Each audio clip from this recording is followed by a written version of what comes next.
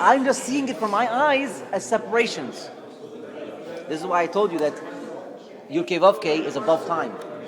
Because if a person could see above time, he would have seen the situation already. He would have seen the whole thing and understood that in the end it's Midat Rachamim. So now he says, okay, let me play the game. And now that I for sure know it, let me play the game. This is why a neshama, when he's upstairs, he's no longer a body. He doesn't have time, so he can see past, present, future, and everything. So that's why we said the Shulchan Aruch says the first thing. Whenever you say the word Yud Kei Vav Kei, you should think Haya Hove Yihye. What does it mean? God transcends time. He's Kulo Rachamim, because in the end, all the messages are Rachamim. So he transcends time. What's Aleph, Dalet, Yud? Separations. It's those little pieces of time. It's the little chunks of time that we see. Those are called Midat Adin. But they're only Midat Adin so long as we don't put the Aleph in front of them. You put the Aleph back in there, you now have you now have the message. Okay? So now that just gave us a little bit about the strings. Okay? So we said again, the strings. We have two names, Yud Kei Vav Kei and Aleph Dal Yud, and the whole entire idea is to put the two together and to understand how that affects our daily life. Whenever we're going to be faced with a challenging moment, and I guarantee you, the second we step out of the room, there's going to be a challenge. There's going to be a separation, another separation. Sometimes the separations are big separations. They're big malbushim, they're big cloaks. Sometimes they're small cloaks. But this is what I see it a lot in the sefer of the Sfat Emet. He always says almost all of his Pirushim, he always somehow fits this idea in. Always bring everything back to the shoresh. Meaning, always take that situation and put it back into the big message. The big message, you know what the big message is. You know it. You know what it is. Think about it. How many times has God had our back in a problematic situation? We were a back against the wall, and all of a sudden things are looking gloomy. Okay, so if it was the first time, I would tell you, okay, we have a right not to understand the message the first time. The second time, okay, but it's numerous amount of times He has our back, and now we have to ask a question again. There's no question to ask. We know what the end of the story is. He always has our back. How and what? It's His business. It reminds me of the English Midrash. It says, I heard it, Rabbi Mansour said it one time in one of the Shuirim on Yaakov Avinu when he was running away from Esav. Esav's son Eliphaz came running after Yaakov, and Esav told his son Eliphaz that he should kill Yaakov. Now Eliphaz tracks down Yaakov and he has a confrontation with him. He says, Yaakov, I have a problem. You're my rabbi. Yaakov was Eliphaz's rabbi. So he says, I can't kill you because you're my rabbi, but I can't not kill you because Kibbul Avim. He must not understood the halacha so well. But anyway, so Yaakov says, no problem. Take my money, take my clothes, take all my clothes. Ani nechshav kemet. We just learned that, right? Ani nechshav kemet. So a poor person is considered dead. So it's like you fulfilled it. Okay, so he takes his clothing, all his money, too. all the money and clothing. He's got nothing. He's much naked. He sits in the water because he's naked. What's he going to do? So he's sitting in the water and waiting. He says, Hashem, what am I going to do? He starts thinking, maybe this and maybe that. He starts thinking about so many different situations where Hashem can help him. So they quote on him the pasuk, Shira Ma'alot, right? Esa enai el hayarim, me'ayin yavo ezri. So he starts to look up there. He says, Hashem, where will my help come from? Where will the Yeshua come from? Maybe this thing will happen, and maybe this thing will happen, and maybe this thing. He says, wait, well, hold on. Ezri mi Hashem, I have to think about what Hashem wants, how He's going to make it. Hashem will do it however He wants to do it. It's a problem for Him. Baruch she'amar v'haya olam. It's a problem. He said the world to be, and the world became. Again, I tell you, going into interviews and stuff. Then what happened? Some guy come in, take off all his clothes, he went to the river to swim, and the water come and take him. Then he comes out, he wear all his shoes, his donkey or his horse. He took it off. And so Yaakov then that's how he had that's the end of the story. So he ended up getting clothing. But the idea is again, let's say a person has an interview. He knows that day he's got an interview. So how is his davening that morning? What am I going to say to the interviewer? How am I going to say? And what is his davening about? Hashem to make the interview good. Hashem to make me say the right words. His whole davening is concerned about the interview. Truth of the matter is, he's foolish. He's foolish because, again, we'll discuss this when we discuss davening. But his davening could have been about other things, about Mashiach, about things that are beyond this little midat hadin that he has in front of him. What he was concentrating on was how the situation is going to work out. Yeah, but I mean, like for the regular average people, like if they have a request, like to Hashem, like why they have to go through, like the big picture. Like the guy is talking about something that is going to happen to him today. Right. Why should you look at the Mashiach, or why you should look like, like all these Nevi'im and Sadiqim, and, like he wants. Why is it a problem? He's asking Hashem. But first of all, right. Acknowledging that it's coming from him. So you should ask, right? You should ask. Yeah, but the fact that you're acknowledging that it's coming from him. No, for sure. You're asking for a job. For sure. So we're here. Right. So it's a good question. It's a good question. Okay. That you're going to get the job if Hashem wants you to. Right. So Hashem give me the job. So it's a good question. For a long time I didn't have an answer until I saw recently in the Sefer Hasidut HaMevu'eret, which is the Ma'amarim of the Baal Tanya, on certain ideas. One of the ideas is a Sefer on Tefillah.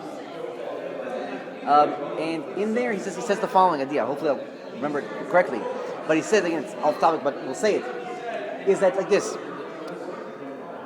Really, there's no problem to daven for, let's say, look at all the brachot, Rifa'inu, Ga'aleinu, that's all the bakashot, right? Yeah. Really what he's supposed to be thinking about like this. First of all, it's not about his own thing. That's what we say, Rifa'inu, Ga'aleinu. He's talking about Am Yisrael. When he says refuah, he should understand something like this. Let's say he's got an interview, right? So he wants to pray that the interview should go for him well. He shouldn't pray for his own interview. God gave him an interview and made him the pressure of an interview so he understands what it means to be pressured in an interview. So when he says, Go Aleim, Hashem, all those who have an interview today, make them have a good interview. All those who have to go through a pressure situation, I understand what pressure means. Make them have good. That's what the purpose of the thing was. That's why God made him have a situation for him to ask. Not for himself, not for him to be selfish. That's why it's all in plural. If he would have asked for Am Yisrael, then there's a reason why God gave it to him. Sometimes a teacher... I still understand, why is it a problem to be selfish to Hashem? You're acknowledging that it's all coming No, from Hashem. I want it. you're acknowledging, right. But the person's not understanding the full message.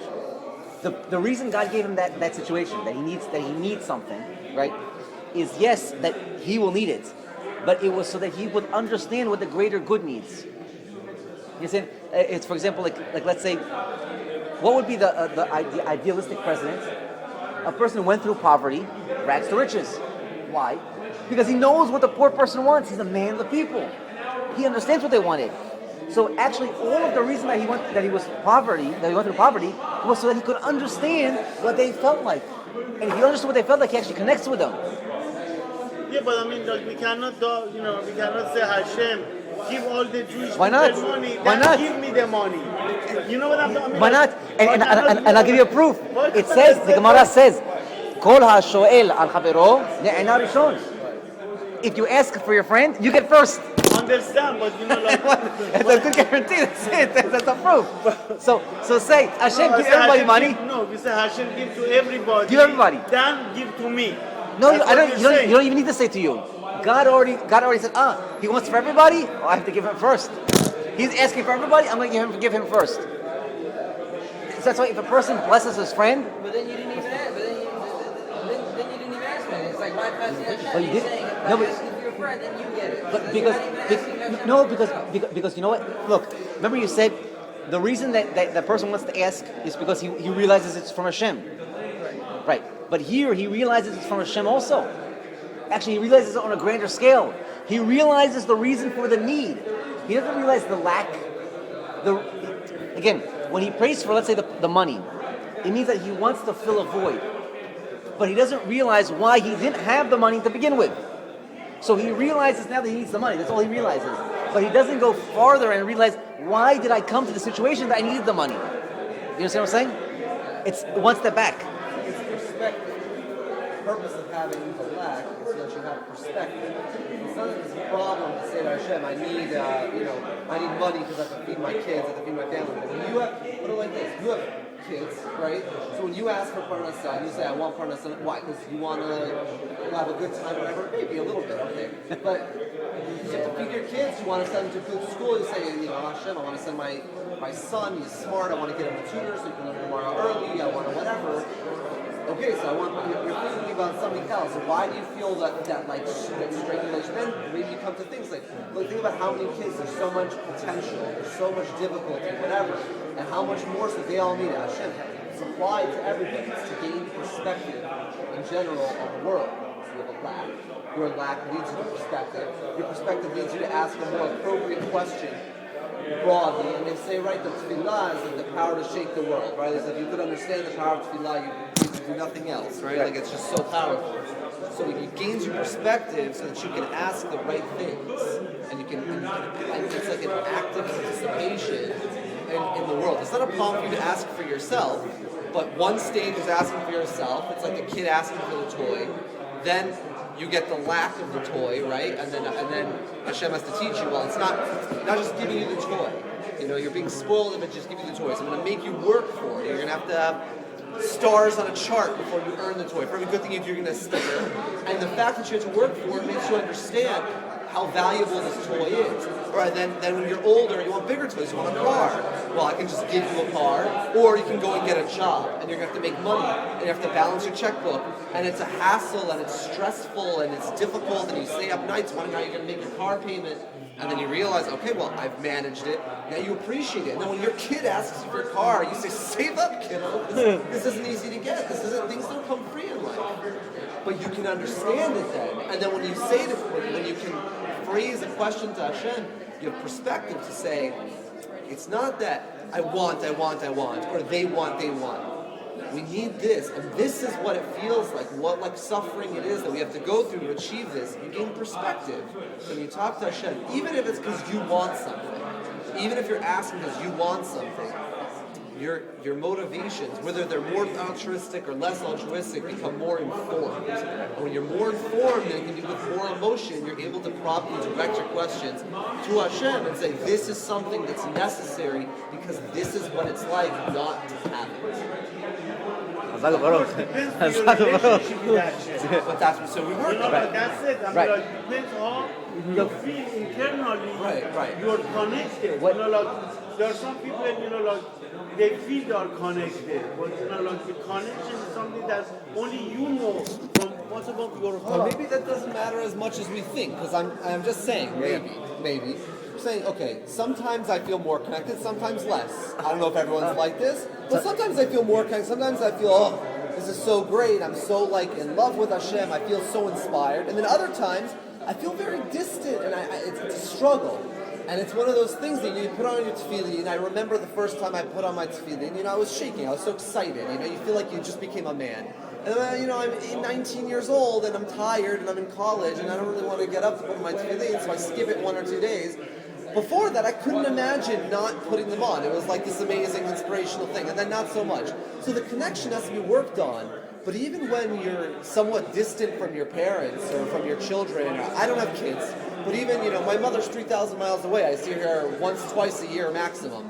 Even when I don't feel as close to her, when I go to her and I haven't talked to her in 2 weeks and I say, Mom, I'm having difficulties, can we talk? I promise you she's not any less receptive. And I'm guessing with your kids, you don't want to hear, you don't love them less because you feel a little bit more distant. You don't care less because you haven't talked to them in a while, you're not as close as you'd like to. All the more so with Hashem, who's not bound by those emotional boundaries. You might feel disconnected. I promise you he doesn't. Right. He doesn't feel disconnected, so you can still ask. But the question doesn't change, and your perspective